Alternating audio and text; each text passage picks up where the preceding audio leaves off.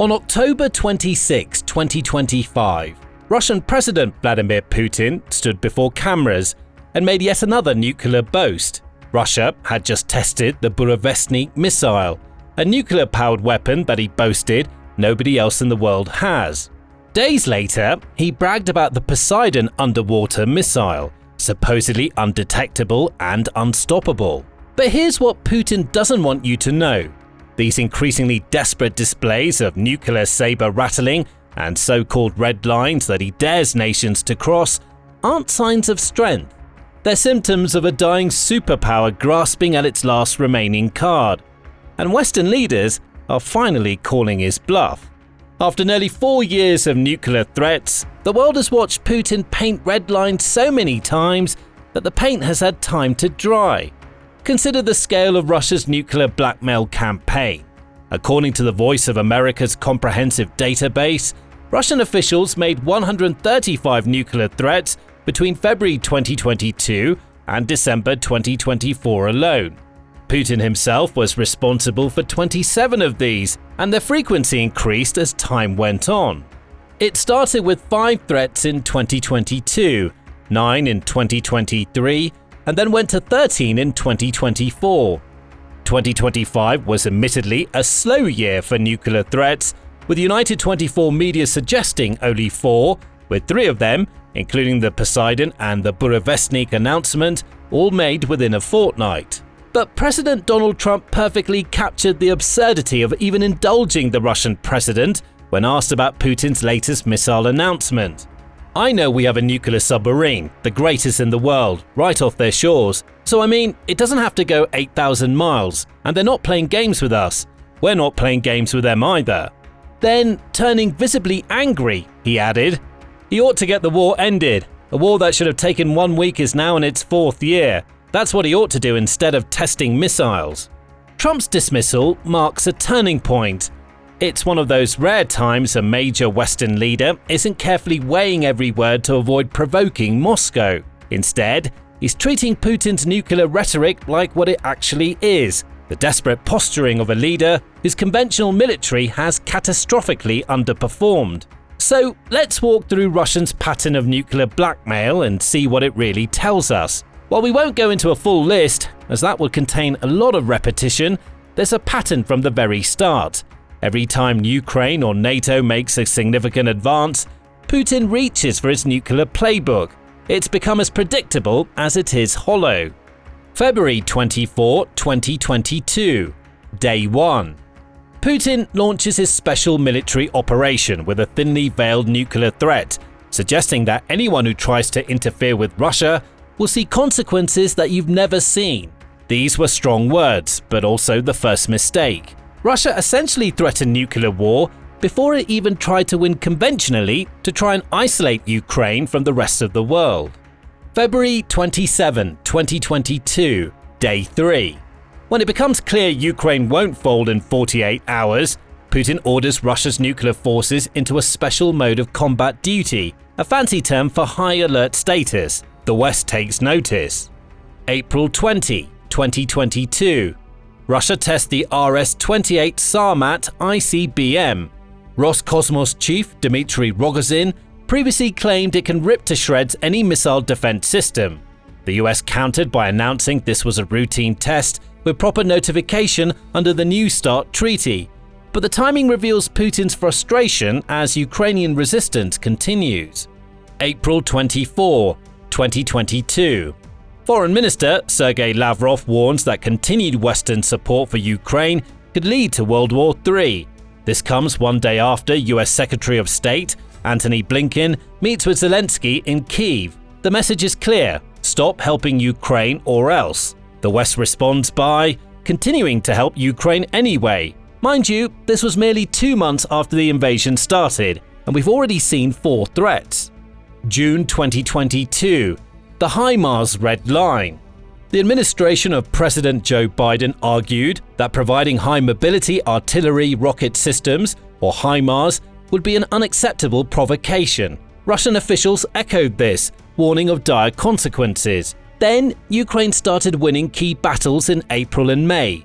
Suddenly, HIMARS didn't seem so provocative anymore. The US sent them, Russia did nothing, and NATO quickly learned that Russia's red lines seem to have practically limitless flexibility in interpretation. July 2022 and March 2023.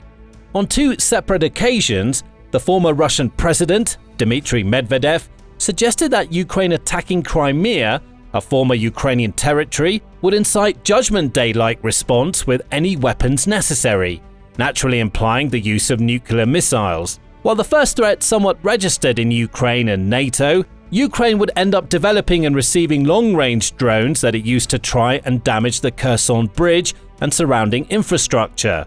So when one threat wasn't enough, Medvedev needed to double down and still not get taken seriously. September 21, 2022. Putin announces partial mobilization and declares, in the event of a threat to the territorial integrity of our country and to defend Russia and our people, we will certainly make use of all weapon systems available to us. This is not a bluff.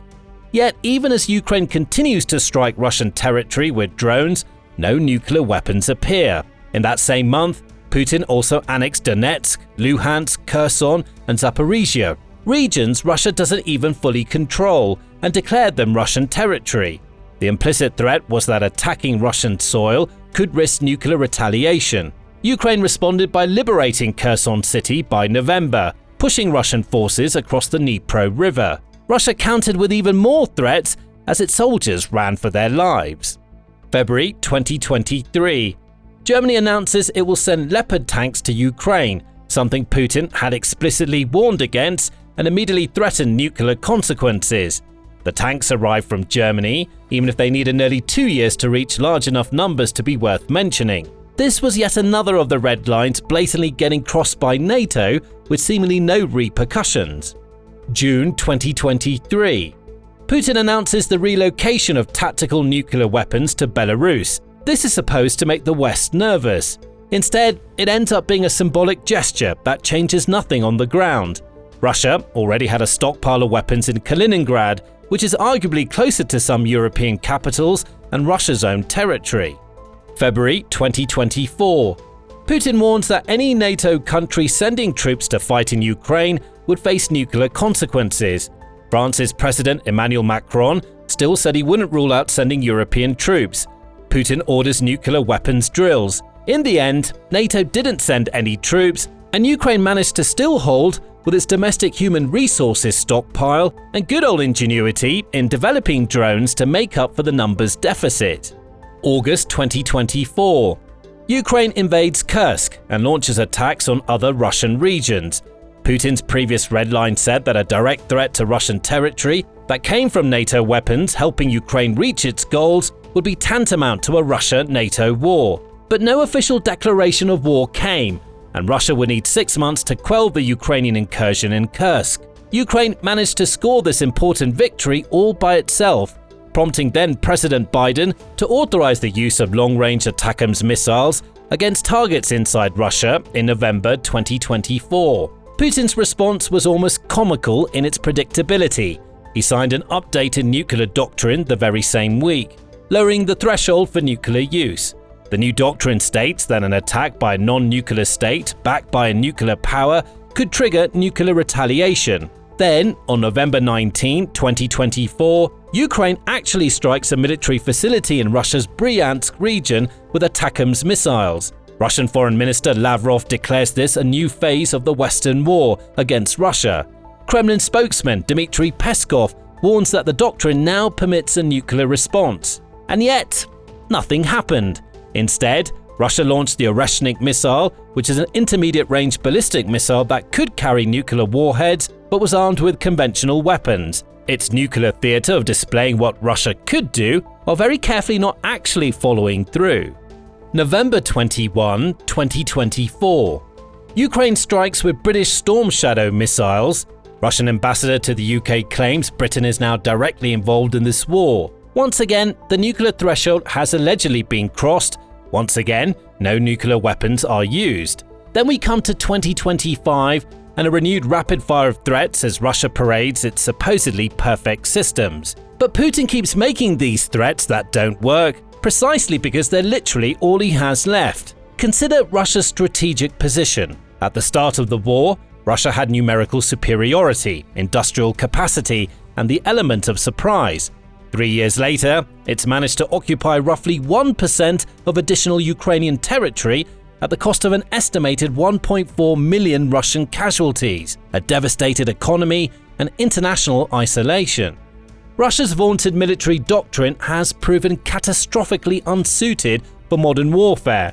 Unlike NATO forces that learn from battlefield experience, Russia defaults to rigid, pre-planned scenarios and attritional warfare. When Russian units encounter unexpected resistance, they often can't adapt. Officers can't make autonomous decisions. The result is predictable tactics that Ukrainian forces exploited again and again. The Hostomel airport disaster on day one set the tone. Russia sent 200 to 300 special operation troops on helicopters to seize an airfield just outside Kyiv. The plan was to airlift reinforcements and march on the capital. Instead, Ukrainian defenders shot down 4 helicopters, blocked the runways, and forced the entire operation to abort. 18 transport planes carrying up to 4,000 troops were spotted heading toward Hostomel but turned back rather than land under fire. This tactical failure revealed deep structural problems. Putin's invasion wasn't planned by Russia's military command but by the FSB, aka the security services. They expected Ukraine to capitulate within 10 days. Russian forces literally didn't bring spare parts for extended combat operations. Captured maps showed no plan to encounter enemy resistance. Putin has directly led to this issue by spending 20 years systematically destroying any possibility of receiving accurate information. He surrounded himself with yes-men who tell him what he wants to hear rather than what he needs to know. When the FSB compiled reports about Ukraine, they carefully filtered the data to match Putin's beliefs, that Ukraine wasn't legitimate, that Ukrainians would welcome Russian liberators, that the West wouldn't intervene decisively. Without opposition, Russia is forced to execute orders against its long-term interests. The regime that eliminated dissent to maintain control now finds that same lack of dissent prevents the adaptation necessary for survival. And so, Putin reaches for the nuclear card again and again, since he can't admit the invasion was a mistake. That would require acknowledging his initial assessment was wrong, something his system can't tolerate. At the same time, Russia can't win conventionally, as its military has so far proven incapable against a smaller, NATO-trained Ukrainian force. He also can't negotiate from strength, since Russia is losing territory in counter-offensives. Nuclear threats are literally Putin's last remaining tool to project power. They have 4 main goals, which make them quite valuable when used, but this implies they're being used sparingly and intently, something we've yet to see. For one, they can distract from military failures. Every time Russia suffers a major battlefield defeat, the nuclear rhetoric intensifies. For instance, if Russia can't take Pokrovsk, it tests a new missile that can be coincidentally used to flatten the entire city. When Russia started losing territories it occupied or even got invaded by Ukraine, suddenly that was a foul move that warranted a nuclear response not only on Ukraine but also on its allies. It's a classic form of misdirection. Secondly, a nuclear threat does intimidate risk-averse Western leaders. They're democratically elected and accountable to voters who naturally fear nuclear war. This makes them prime candidates to be forced to back out from vital NATO resolutions that would see more packages and modern equipment being sent to Ukraine. But even this strategy is working less and less often in 2025, as most of Europe banded together to increase military readiness and share some of the burden of NATO's leadership. Third, Russia's state media amplifies every nuclear threat, portraying Putin as a strong leader holding Western aggression at bay. For a Russian audience consuming Kremlin propaganda, these threats are proof that Russia remains a superpower, never mind the actual military performance. Finally, Putin's grip on power rests on a few hundred key people: security services, military command, and oligarchs. These people need to believe Putin is winning, or at least not catastrophically losing. Nuclear threats serve as evidence that Russia still has cards to play, even as the conventional war slips away. The Atlantic Council put it perfectly. Putin has become a geopolitical gangster, while English financier and political activist Bill Browder equated Putin to a mafia boss, or like the most brutal guy in the prison yard to disguise Russia's steadily eroding military capabilities. Like a gangster who's lost his muscle but still tries to intimidate through reputation alone, Putin threatens consequences he's increasingly unable and unwilling to deliver. But let's address the obvious question. If Putin is so desperate, what's to stop him from actually using nuclear weapons? The answer is simple. Even Putin understands how suicidal that is. Here's what would realistically happen if Russia used even a single 10-kiloton tactical nuclear weapon in Ukraine. Within seconds, everything in a half-mile radius is vaporized. The city, let's say Zaporizhia with its 700,000 inhabitants, is effectively destroyed. Within minutes, radiation detectors across Europe register the detonation. Secure communication lines between Kyiv, Washington, London, Paris and Berlin are buzzing. Russia has crossed the nuclear threshold. NATO would almost certainly declare this an act requiring immediate response, not because NATO wants nuclear war, but because allowing Russia to use nuclear weapons with impunity would destroy the nuclear non-proliferation framework that has prevented nuclear war for nearly 80 years. The principle is called escalate to de-escalate in military parlance. But the reality is much simpler. If you let someone use nuclear weapons once without massive consequences, they'll use them again, and the next target might be you. And eventually, someone else will use them too. So, NATO would be forced to respond. Maybe it launches massive conventional strikes against Russian forces in Ukraine. Maybe it uses tactical nuclear weapons of its own, targeted at Russian military installations. Maybe it declares direct war against Russia. Putin, facing the collapse of his regime and possible defeat, decides that if he's going down, he might as well take the world with him. So he authorizes a full nuclear exchange, which the rest of the world replies with in kind. Within an hour, hundreds of nuclear warheads are airborne. Cities across Russia, the United States and Europe are obliterated. Within hours, tens of millions of people are dead from immediate blasts. Within days, the death toll climbs as radiation sickness spreads and fires rage uncontrolled through destroyed cities. Within weeks, 150 million tons of smoke and soot enter the stratosphere, beginning nuclear winter. Within 6 months, global temperatures drop noticeably. Crops failures begin. Within 2 years, global temperatures have fallen by 14 degrees Celsius and agricultural production collapses worldwide. Within a decade, an estimated 5 billion people will be dead, most from starvation rather than nuclear weapons. Modern civilization has collapsed. The survivors face a radioactive planet where vast regions remain uninhabitable for generations. So why won't Putin do it? First and foremost, Putin wants to win. He wants Russia to be feared and respected as a great power. He wants to restore what he sees as Russia's rightful sphere of influence. Using nuclear weapons doesn't achieve any of these goals, it ends them. A nuclear strike on Ukraine would achieve 4 things. Destroy the very territory and people Russia claims it's trying to liberate. Guarantee NATO's direct involvement in the war. Almost certainly result in Putin's own death, either from NATO retaliation or from his own security services removing him to save themselves. Eliminate any remaining international support, including from China and India. Putin is many things, but he's not completely insane. He understands that using nuclear weapons basically ends his regime and possibly Russia as a whole. The second point comes from outside of Russia. At the G20 summit in Bali in November 2022, when Russia's situation around Kherson was becoming desperate, President Biden met with Chinese President Xi Jinping. Intelligence suggests Xi directly told Putin not to use nuclear weapons. China's opposition matters enormously.